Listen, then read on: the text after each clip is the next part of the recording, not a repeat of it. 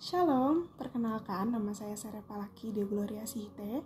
Pada kesempatan kali ini saya akan menjelaskan makna inspirasi Alkitab menurut pandangan para teolog Injili.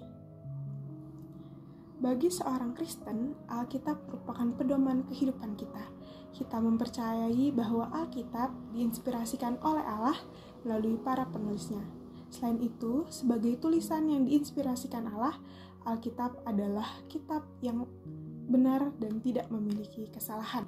Proses penginspirasian Alkitab ini berbeda dengan kitab-kitab suci lain, sehingga Alkitab memiliki keunikannya tersendiri.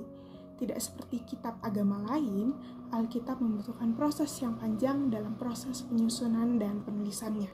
2 Timotius pasalnya yang ketiga ayatnya yang ke-16 berkata, segala tulisan yang diilhamkan Allah memang bermanfaat untuk mengajar, untuk menyatakan kesalahan, untuk memperbaiki kelakuan, dan untuk mendidik orang dalam kebenaran. Ayat ini menjadi penegasan bahwa Allah benar-benar terlibat dalam penulisan kitab-kitab di dalam Alkitab. Lagi, dalam 2 Petrus pasalnya yang pertama, ayat 20 sampai ke 21 berkata, yang terutama harus kamu ketahui ialah bahwa nubuat-nubuat dalam kitab suci tidak boleh ditafsirkan menurut kehendak sendiri. Sebab tidak pernah nubuat dihasilkan oleh kehendak manusia, tetapi oleh dorongan Roh Kudus orang-orang berbicara atas nama Allah. Ayat ini menunjukkan bahwa Allah lah yang menjadi penggagas utama dalam penulisan Alkitab. Bagi Yohanes Calvin, tokoh reformasi, bahwa Roh Kuduslah yang bekerja dalam penulisan Alkitab, bukanlah hasil dari pemikiran para penulis atau para nabi. Para penulis dilihat sebagai organ Roh Kudus yang menjadi penyampaian apa yang Allah ingin nyatakan. Maka Alkitab bukanlah hasil dari pemikiran atau kehendak manusia, melainkan bersumber dari Roh Kudus yang mendiktekan. Paul Enns, seorang teolog Injili, menyatakan bahwa meskipun masing-masing penulis memiliki gaya pribadi di dalam penulisannya, namun Roh Kudus memimpin para penulis.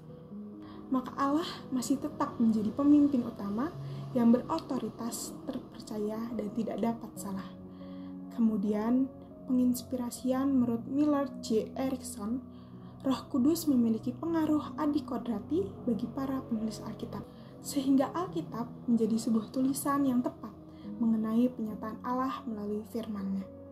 Menarik dari pandangan para teolog ini, maka penginspirasian Alkitab ini dilakukan melalui Roh Allah yang memulai, memimpin, dan menguasai setiap orang yang dipakai Allah untuk menuliskan perkataan dan kehendaknya di dalam Alkitab. Allah tetap memiliki otoritas yang tinggi dalam penulisan Alkitab.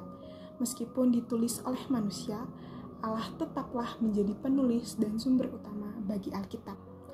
Maka, Alkitab memiliki keunikannya tersendiri.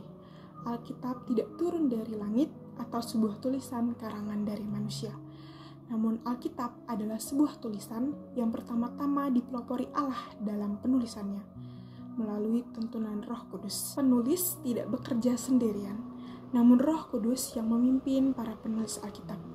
Manusia hanya menjadi bagian dari penulisan Alkitab itu sendiri, dan Allah lah yang menjadi penulis utama dan sumber inspirasi bagi penulisan Alkitab.